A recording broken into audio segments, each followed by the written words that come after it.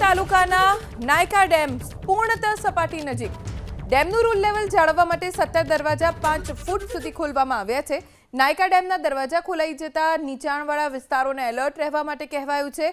મૂળી અને ચોટીલા તાલુકામાં ભારે વરસાદથી ડેમ પૂર્ણતઃ સપાટીની નજીક પહોંચી ગયો છે। ડેમમાંથી 30,000 ક્યુસેક પાણી છોડવામાં આવ્યું। ડેમનું પાણી ધોળીધજા ડેમમાં છોડાયું છે। સર્કિટ હાઉસ કોઝવે અને જોરાવરનગર કોઝવેથી દૂર રહેવા માટે સ્થાનિકોને અપીલ કરવામાં આવી છે। આ બંને કોઝવે પણ જળસ્તર 6 ફૂટથી વધવાની શક્યતા વ્યક્ત કરવામાં આવી છે। પ્રશાસન તરફથી લોકોને કોઝવેથી દૂર રહેવા માટે સતત સૂચના આપવામાં આવી રહી છે।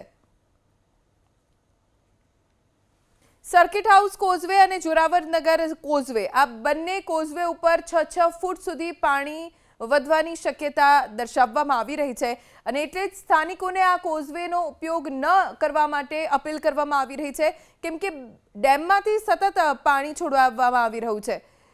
30,000 ક્યુસેક પાણી ડેમમાંથી છોડવામાં આવ્યું છે જેના કારણે નાયકા ડેમમાંથી છોડાયેલું પાણી કોઝવે ઉપરથી પસાર થશે અને 6 ફૂટ સુધી પાણી પસાર થઈ શકે છે। શક્યતાને જોતા પ્રશાસન તરફથી અપીલ કરવામાં આવી છે કે લોકો કોઝવેથી દૂર રહે।